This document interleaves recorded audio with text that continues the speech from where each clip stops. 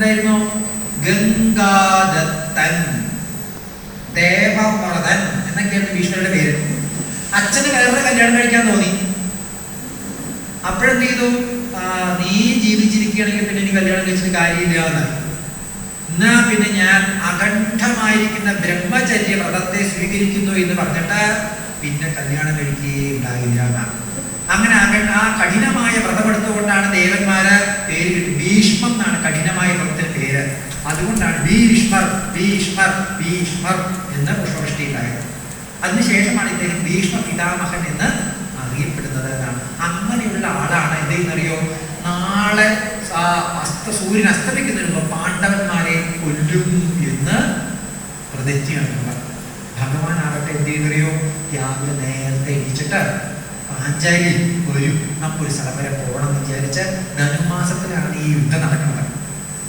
മഞ്ഞ് വീഴ്ചയ്ക്കുണ്ട്, മഞ്ഞക്കെട്ട് തട്ടമിട്ടോളൂ എന്ന് പറഞ്ഞു അല്ലേ? നോർത്ത് ഇന്ത്യയിലെ സ്ത്രീകളൊക്കെ കണ്ടിട്ടുണ്ടാവും, ഈ ഒരു തട്ടമൊക്കെ തലയിൽ കെട്ടുണ്ടാവും.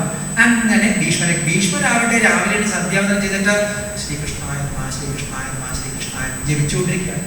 അപ്പോഴാണ് ഭഗവാന് ആരിന്റെ കൂടെ?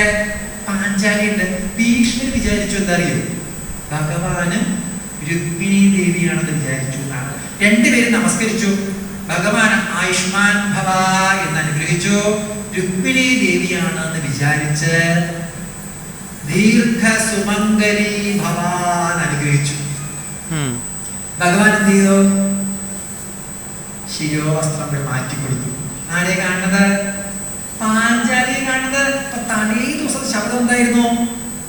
പാണ്ഡവരെ കൊല്ലുന്നതാണ്. പാണ്ഡവരെ കൊന്ന ദീർഘസുമംഗലി എന്ന് പറയാൻ പറ്റുമോ? പാണ്ഡവരെ കൊന്ന് വിധവയാവുകയല്ലേ ചെയ്യുന്നത്. അപ്പൊ തന്റെ ശബ്ദത്തെ വേറൊരു ശബ്ദം കൊണ്ട് മാറ്റിമറിച്ചിരിക്കുന്ന ആ ശ്രീകൃഷ്ണ ഭഗവാൻ എന്റെ ഉള്ളിൽ എന്നും നിറഞ്ഞു നിൽക്കണമേ.